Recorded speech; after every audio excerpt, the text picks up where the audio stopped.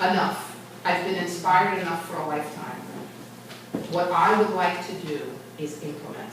I'd like to take one thing, maybe one word, maybe one clause in this prayer and make it my own and let it transform me. So what you'll see me do at the end of each clause as we dissect it and go into it, there's 7 of them. There's really 8. Trick question, we'll get into that. We are going to answer the question, how is this helping me right here and right now? How can it help me right where I'm at in my spiritual evolution, right? Because this is practical Christianity. This isn't in the stars, oh boy, wouldn't that be nice? This is, how can this help me now, okay? So it's called the Lord's Prayer. Why? Who knows why it's called the Lord's Prayer? For the Our Father. It's called the Lord's Prayer because the disciples said, yo, Rabbi, teach us to pray. And he said, here you go. Yeah. By the time we get to the version that we're all familiar with, it was translated 5 times. Okay? So it starts in ancient Aramaic. That's the language that Hebrew was ported from.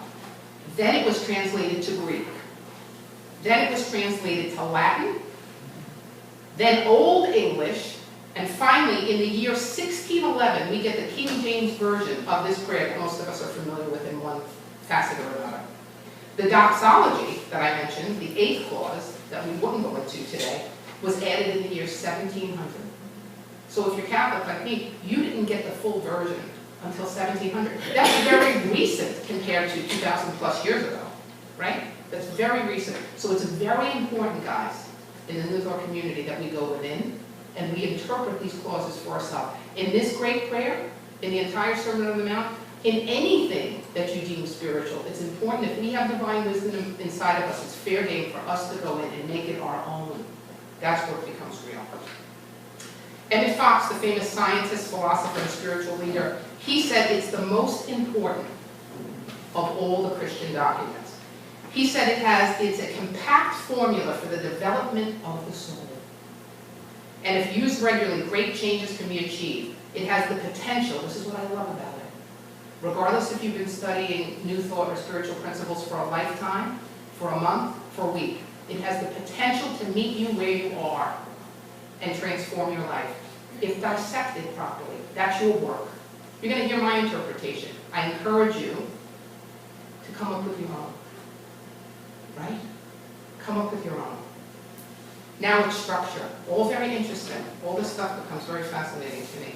The prayer has 7 clauses, which actually is characteristic of the Oriental tradition. It's also significant in the Kabbalah. It also relates to the creation story in the Hebrew Bible, right? 7 days to do what? Create the world. 7 generically symbolizes the perfection of the soul, right? Individual completeness. People will say, we say it a lot. We go to Boynton after UC San, we say, 7's a very spiritual number. What's your favorite number? 7, you know. So people understand that 7 is a spiritual number. So no surprise that the Lord's Prayer, the original version, has 7 clauses. Interesting. So putting the first 3 clauses together paints a very interesting picture of all our key relationships in life. 2 words! Are you kidding me, Claude? No, I'm not. Our relationship to God, to ourselves, and to each other. Who does that leave out? No one. What does this tell us? This tells us that the word Father has great relevance, you know, back in the time of Jesus. And again, it has all these different, you know, it evolved and all these different interpretations, right, and translations. So again, we are taking it from where we sit today, most of us in the Western world. So 1,088 times. However, our job always will be to make these words palatable for us. If not, we go back to 7-year-old Claude, or 10. When did we make our communion? I forget. I think it was 10. Where they just become familiar words on a page. They start to have their own rhythm to them.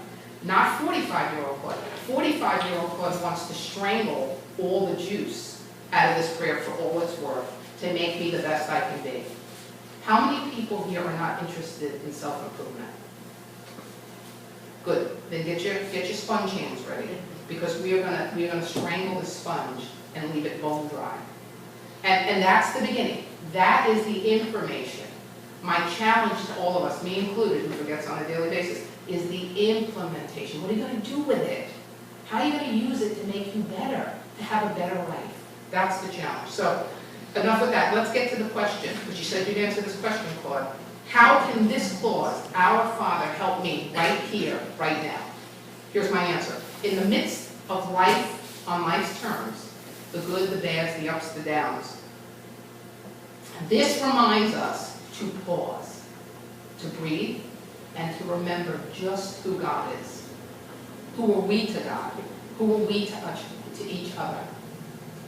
This is what this reminds us to do. In the middle of the heartbreak, of the tragedy, the challenges, remember who God is.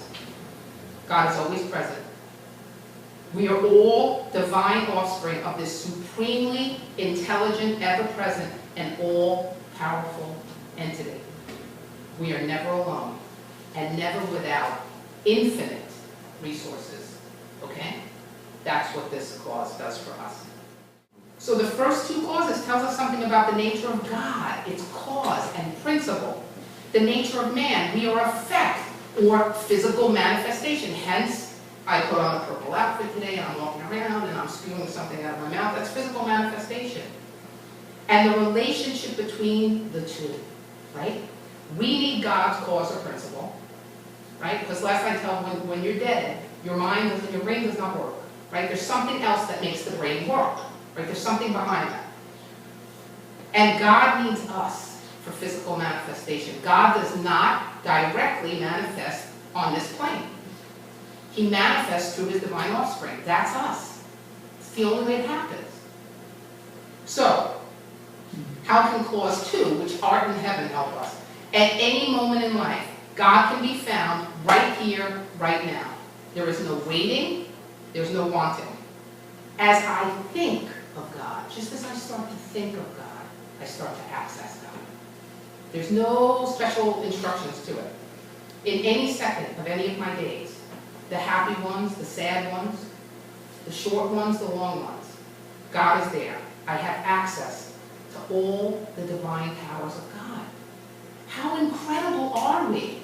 Don't we forget this every day? I mean, how helpful would it be to think of these things when we're in the midst of life's challenges? No, it's okay. I got fired. It's okay. I'm a child of God. I'm incredibly powerful. I have access to all of divine, the whole of divine mind. We can't even imagine. We can't even say it's ineffable. We can't say with human words how large that is, how incredible that is. The resources that we have, far better than Google. Far better. Okay. So how can clause 3, hallowed be thy name, help me? This is one of my favorite ones. From this one clause, wonderful, practical, and useful affirmations and mind treatments can be built to assist us with our earthly manifestation, wherever we are, whatever we're going through.